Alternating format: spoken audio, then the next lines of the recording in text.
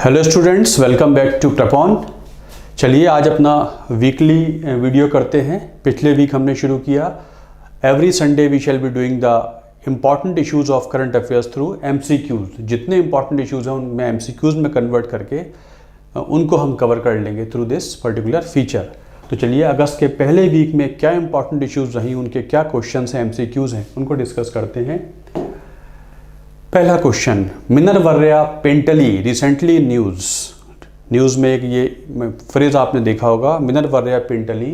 It was what, it is what, it is a new species of reptile found in Western Ghats, और a new species of frog found in the Western Ghats, और it is a rare mineral found in South India, और it is a new species of butterfly found in Arunachal Pradesh. ऐसे questions usually UPSC exam में आ जाते हैं, आपने अक्सर देखे होंगे। तो वही एक पॉइंट अखबार से निकाला। तो it is what, so it is a new species of frog found in the Western Ghats named after x vice chancellor of Delhi university Deepak pintail, उनके नाम पर।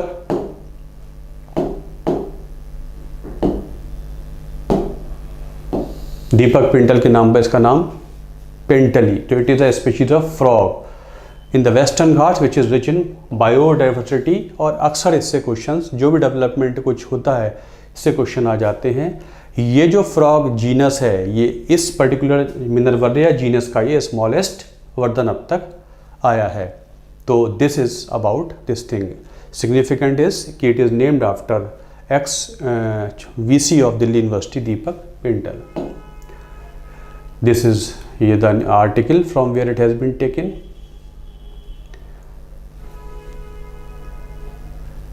Next question, choose the correct statement about Samagra Shiksha Scheme 2.0। समग्र शिक्षा scheme, education की scheme के बारे में कुछ statements. It aims to universalize access to school education, promote equity through inclusion of the disadvantaged sections or groups. It is an integrated scheme for school education from preschool to class 12th, and a scheme provides support for the implementation of Right to Education Act and National Education Policy 2020। ये समग्र शिक्षा scheme अभी कुछ दिन पहले cabinet ने approve की है, उसके बारे में 3 स्टेटमेंट हैं। तो इनमें से कौन से सही हैं? ऑल द 3 आर करेक्ट, तीनों ही करेक्ट हैं। देखते हैं इसका answer. All the 3 are correct. The Samagra Shiksha scheme is an integrated scheme for school education from preschool to class 12th. It treats school education as a continuum and is in accordance with the SDG, जो Sustainable Development Goals हैं, जो 2030 तक हासिल करने हैं world में। उसमें जो गोल नंबर 4 है, उससे ये इंटीग्रेटेड है। और it provides support for the implementation of RTE Act and has been aligned with the National Education Policy 2020 to ensure that all children have access to quality education with equitable and inclusive classroom। Disadvantaged section के students हैं उनके लिए भी, और जो special needs के students हैं उनको भी इसमें रखा गया है। और इसमें जो है काफ़ी लोगों को, बच्चों को डायरेक्ट बेनिफिट ट्रांसफर्स भी किए जाएंगे according to RTE entitlements to be paid through cash transfers।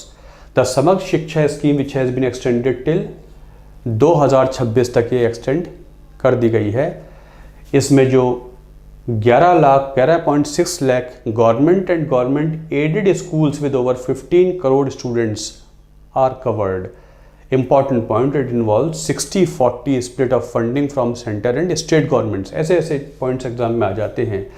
All child centric interventions will be provided directly to the student through DBT, direct benefit transfer। This DBT would include RTE entitlements such as textbooks, uniforms, transport allowance, etc. etc. It also will look into the needs of the stipend for children with the special needs will be paid in this particular mode। So this is समग्र शिक्षा scheme 2.0, उसके बारे में question. Next question, choose the correct statement about factoring. अभी parliament ने factoring bill pass किया है, उसके बारे में। Factoring is a transaction where an entity sells its receivables to a third party for immediate funds. TReDS is an electronic platform for facilitating the discounting of trade receivables of MSMEs through multiple financiers। तो बताइए क्या है ये? Parliament ने pass किया है। Both the statements are correct about the scheme. Factoring का मतलब ये है कि जो माइक्रो मीडियम और स्मॉल इंडस्ट्रीज एंटरप्राइजेज होते हैं उनके बारे में ये स्कीम है। होता क्या है, जो छोटी कंपनियां होती हैं उनका जो बड़ी कंपनियों के वो सप्लायर बन जाते हैं, बड़ी कंपनियां उनकी कस्टमर होती हैं।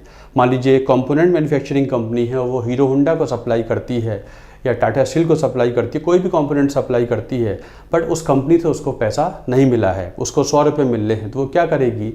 ये जो फैक्टरिंग सिस्टम में क्या होगा, बीच में कुछ नॉन बैंकिंग फाइनेंशियल कंपनीज होती हैं या बैंक्स होते हैं, ऐसे ग्रुप्स होते हैं, उनको बोलेगी इस 100 रुपये में से एक छोटा सा डिस्काउंट आप रख लीजिए, 2 रुपये रख लीजिए, 98 रुपये हीरो होंडा से लेके हमको दे दीजिए, हमें 98 तो मिल जाएंगे, वरना हमारा जो पेंडिंग जो फंड जो पैसा है वो पड़ा रहता है और हमें इमीडिएट जो नीड है फुलफिल नहीं हो पाती है। तो अभी पार्लियामेंट ने बिल अमेंड किया है जिसमें और नॉन बैंकिंग फाइनेंशियल कंपनीज वगैरह भी आ जाएंगी, जिससे और इसका एम्बिट बड़ा हो जाएगा। और जो डिस्काउंट है उसको लोग चाहें तो ट्रेड कर सकते हैं, कि बिड कर सकते हैं कि आप ये बैंक हमको, ये संस्था हमको 2 रुपये डिस्काउंट दे रही है, दूसरे कहते हैं हम आपको 2 रुपये 25 पैसे दे देंगे, तो हम अपना जो बिल है वो उनको बेच देंगे। तो ये अभी इंट्रोड्यूस हुआ है, जिससे MSME की जो फंड की क्रंच की प्रॉब्लम है वो ख़त्म हो जाएगी। तो उस संदर्भ में दोनों स्टेटमेंट्स करेक्ट हैं। Factoring the transaction where an entity like MSME sells its receivables, जो उसे रिसीव होना है वो एक बीच में किसी भी कॉर्पोरेट कंपनी को बेच देगी, जिसे फैक्टर बोल देते हैं। वो बैंक भी हो सकता है, नॉन बैंकिंग फाइनेंशियल कंपनी भी हो सकती है। Bank and NBFCs provide finance against the receivables enabling availability of ready funds for the MSMEs। This is done on online this particular basis. ये जो एक प्लेटफॉर्म ऑनलाइन प्लेटफॉर्म बनाया हुआ है, ट्रेड रिलेटेड डिस्काउंट सिस्टम ये जो बनाया हुआ है, इससे उनको पैसा मिल जाता है, तो तुरंत उनको पैसा हासिल हो जाएगा, उसके अगेंस्ट उनको बैंकों से पैसा मिल जाएगा। तो दोनों ही करेक्ट हैं। MSME liquidity line set to widen as more NBFCs start factoring. ये देखिए आर्टिकल इंडियन एक्सप्रेस का है, बहुत अच्छा बता रखा है। मैंने इस पे एक हमारा जो करंट अफेयर्स का प्रोग्राम है उसमें भी इसको डिस्कस कर रखा है, वहाँ से भी देख सकते हैं आप। तो इसमें और लोगों और कंपनियों को शामिल कर दिया गया है, जिससे और ज़्यादा अवेलेबिलिटी हो सकती है। और MSME बहुत इम्पॉर्टेंट सेक्शन है हमारी मैन्युफैक्चरिंग पॉलिसी का, और मेक इन इंडिया इसके बिना फुलफिल नहीं हो सकता। Choose the correct statement. K-shaped recovery happens when different sections of an economy recover at a starkly different rate। कोई सेक्शन ऑफ इकोनॉमी डाउन जा रहा है तो कोई ऊपर जा रहा है, ये K-shaped रिकवरी हो जाती है। दूसरी V-shaped recovery involves a sharp revival of economy to the previous peak after a sharp decline. पहले जो था नीचे आएगा फिर ऊपर चला जाएगा। इनमें से कौन से करेक्ट हैं? ओबियसली बोथ आर करेक्ट, दोनों ही करेक्ट हैं। K-shaped रिकवरी यही होती है, इसमें एक सेक्टर नीचे जाएगा, एक सेक्टर ऊपर जाएगा। It seems like a K। V-shaped पहले जो थी एकदम नीचे गई और एकदम ऊपर आ जाएगी। तो both the statements are correct, दोनों ही सही हैं। देखिए ये एक आर्टिकल है, वहाँ से लिया गया है। ये देखिए शेप बनी है, V-shaped, L-shaped, W-shaped। इसको आप PPT हम शेयर कर देंगे टेलीग्राम चैनल पे, तो आपको वहाँ से मिल जाएगा। Coined by US economist Peter Atwater, it refers to the situation in the US where things get better for the haves and worse for the have-nots। कुछ के लिए बेहतर है, कुछ के लिए बेहतर नहीं है। That is called K-shaped recovery। V-shaped जो पहले थी एकदम नीचे गई थी और एकदम ऊपर आ जाती है। तो दोनों ही सही हैं।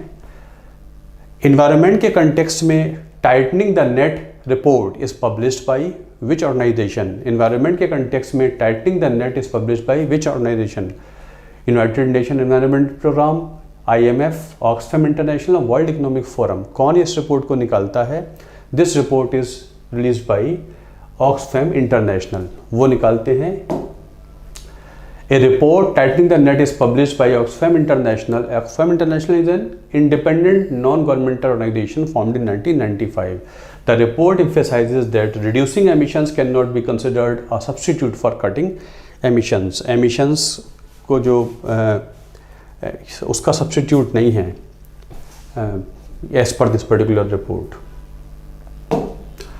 Which of the following statements are correct about Mekedatu project? Mekedatu project अखबार में काफ़ी आया इसके बारे में, तमिलनाडु और कर्नाटक के बीच की issue. It is situated at confluence of Kaveri and its tributary Arkavathi. Kaveri river उसकी जो ट्रिब्यूटरी है अर्कावती उससे संबंधित है, वहाँ पर लोकेटेड है ये project. It aims to alleviate the drinking water problems of Bengaluru and Ramanagara district, उससे संबंधित है. Both the statements are correct. Purpose is to make you know the thing. तो दोनों ही सही हैं. हिंदू पेज नंबर 5, 6 अगस्त. Karnataka says will not compromise on Mekedatu project. CM, new CM of Karnataka says. ये जो कर्नाटक, तमिलनाडु, पौंडीचेरी, केरल की समस्या है उसका ही एक ऑफशूट है मेकादातु प्रोजेक्ट. ये बनने को एकदम प्रपोज प्रोजेक्ट है. उसमें फिर कर्नाटक ने कुछ इसमें प्रपोज किया है तो तमिलनाडु वगैरह कह रहे हैं कि ये हमसे कंसल्टेशन किए बिना इस पे काम नहीं हो सकता, तमिलनाडु विल सफ़र. तो ये this project is there about Mekedatu project. तो it is yes, it is correct कि ये कावेरी और उसकी ट्रिब्यूटरी अर्कावती के कॉन्फ्लुएंस पे ही है और बेंगलुरु और रामनगर डिस्ट्रिक्ट की ड्रिंकिंग प्रॉब्लम सॉल्व होंगी इससे.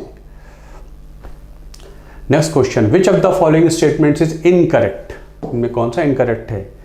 EOS 03 satellite helps in monitoring of natural disasters, forestry cover changes and water bodies, crops etc. उसको मॉनिटर करने में मदद करेगा. It will be placed in geosynchronous transfer orbit. इनमें कौन सा करेक्ट है? So both are correct. I mean incorrect है तो दोनों ही गलत हैं. हाँ, हमने पूछा क्या है? इनकरेक्ट. तो none of the, दोनों ही इनकरेक्ट हैं. Geosynchronous EOS is an geo imaging satellite for earth observation. Geosynchronous satellite launch vehicle F10 will launch earth observation satellite from Satish Dhawan space centre. कब? 12 अगस्त. आने वाली 12 अगस्त को ये लॉन्च की जाएगी बस बाई GSLV F10 व्हीकल से जाएगी ये. EOS is capable of imaging the whole country 4 or 5 times every day. दिन में 4-5 दफ़ा ये इमेजिंग कर सकती है.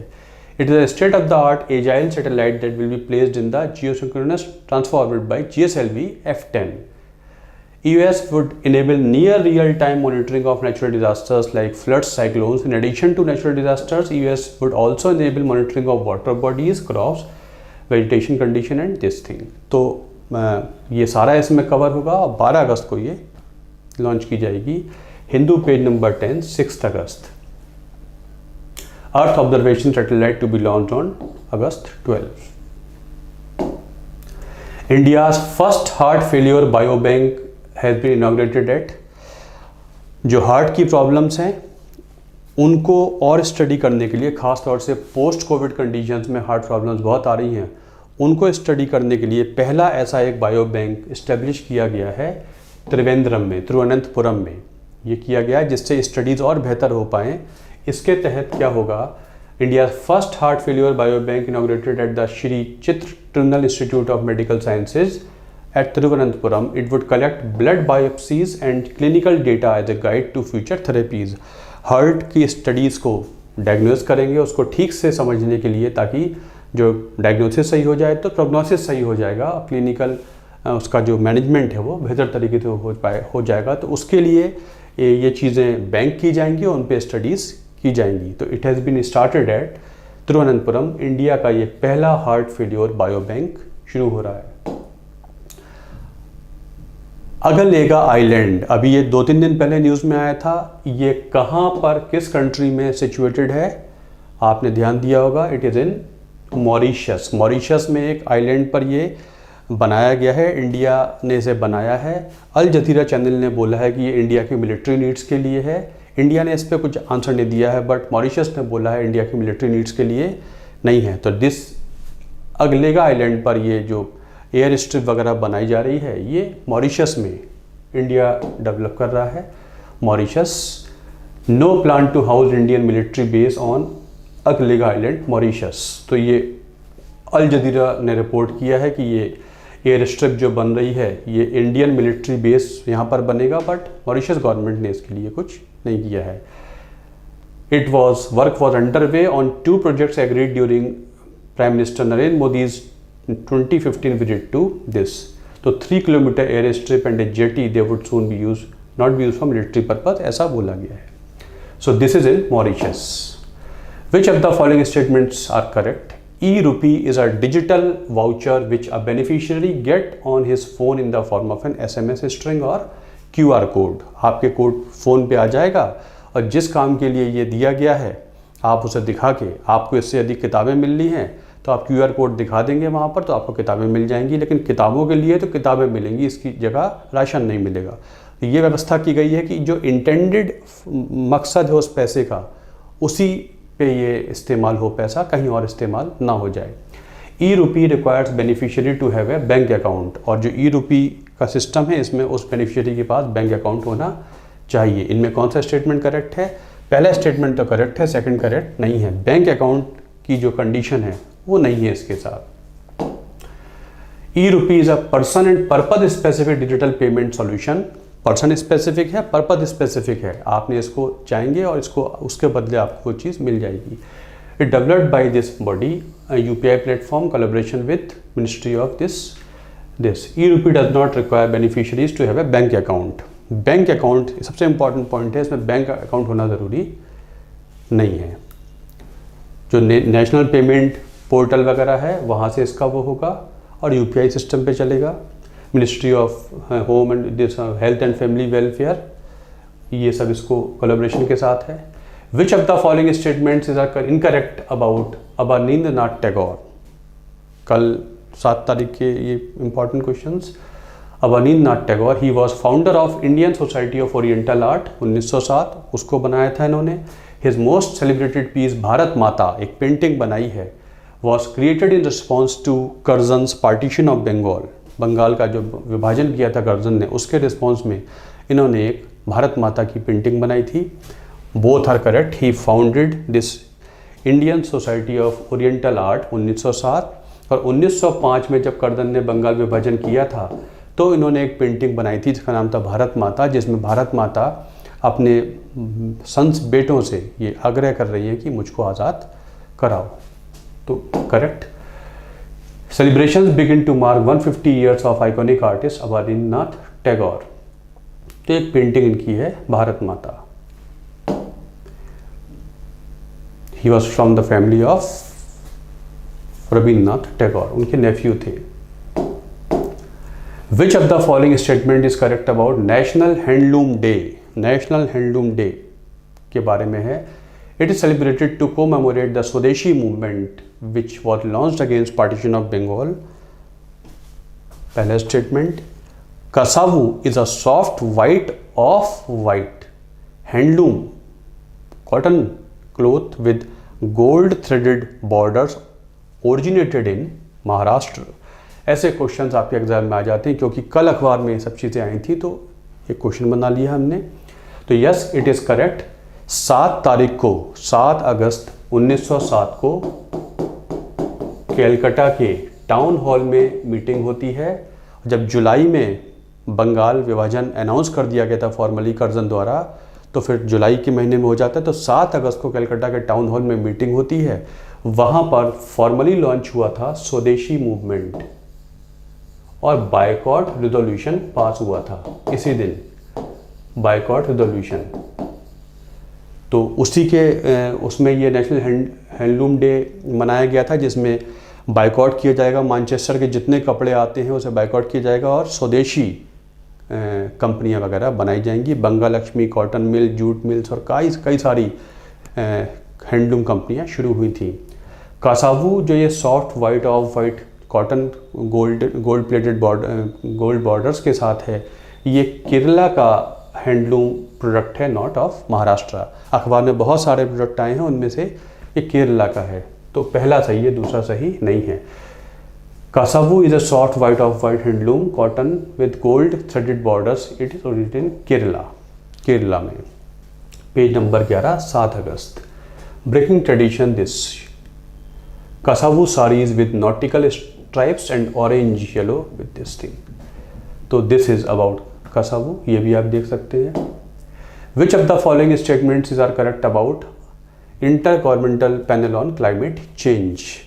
IPCC was set up in 1988 by World Meteorological Organization and United Nations Environment Program UNEP.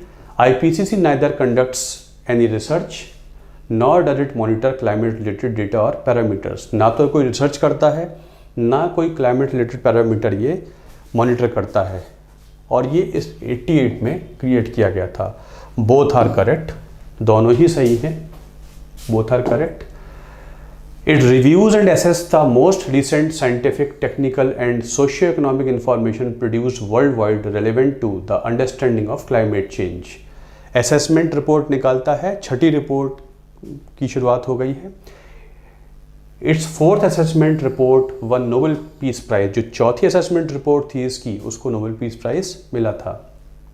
Intergovernmental Panel on Climate Change. The Geneva-based IPCC will release the first part of its sixth assessment report. Assessment report निकालता है, अब तक 5 आ चुकी हैं, ये छठी है. Very very important. IPCC assessment reports have been extremely influential in directing the dialogue and action on climate change. ये कोई assessment नहीं करता है, स्टडीज़ नहीं, कोई monitoring नहीं करता है, रिसर्च नहीं करता है, बस ये उनके बेस पर अपना डायलॉग इनिशिएट कराता है. ये इसकी रिपोर्ट्स हैं. The first assessment report led to the setting up of UNFCCC, United Nations Fund on Conservation of Climate Change, the umbrella agreement under which international negotiations on climate change took place.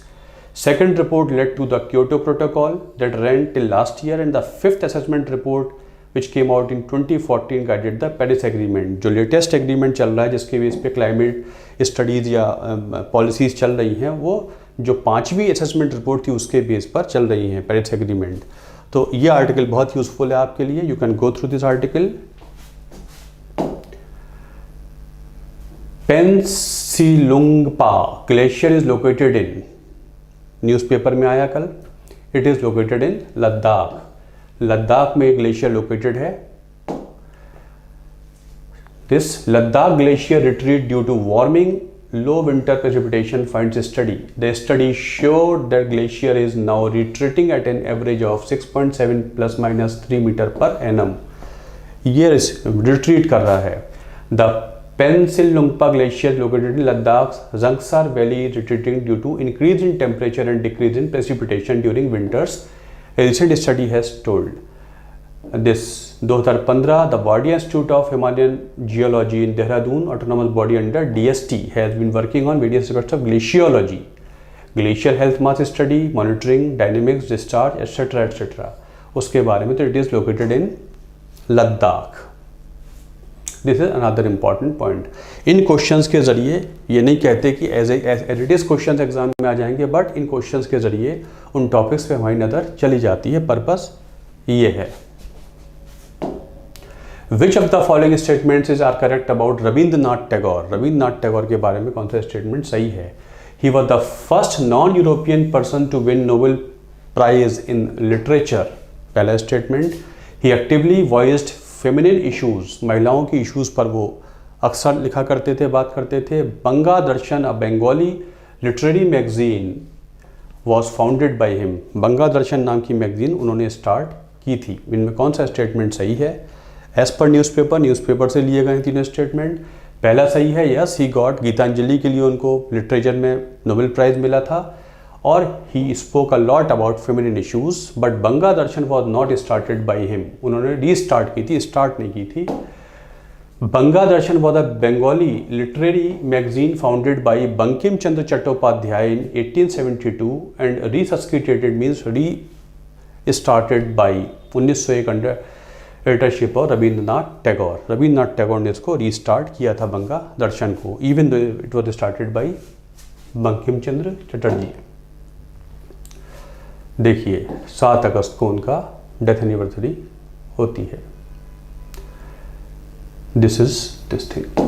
So these are certain questions about the important issues which I could find out in the last 7 days। अखबार different newspaper से जो लगा उसके हिसाब से मैंने questions बनाए हैं। क्वेश्चंस का पर्पज़ आपको उन आर्टिकल्स की तरफ फोकस कराना है जहाँ से क्वेश्चंस आ सकते हैं।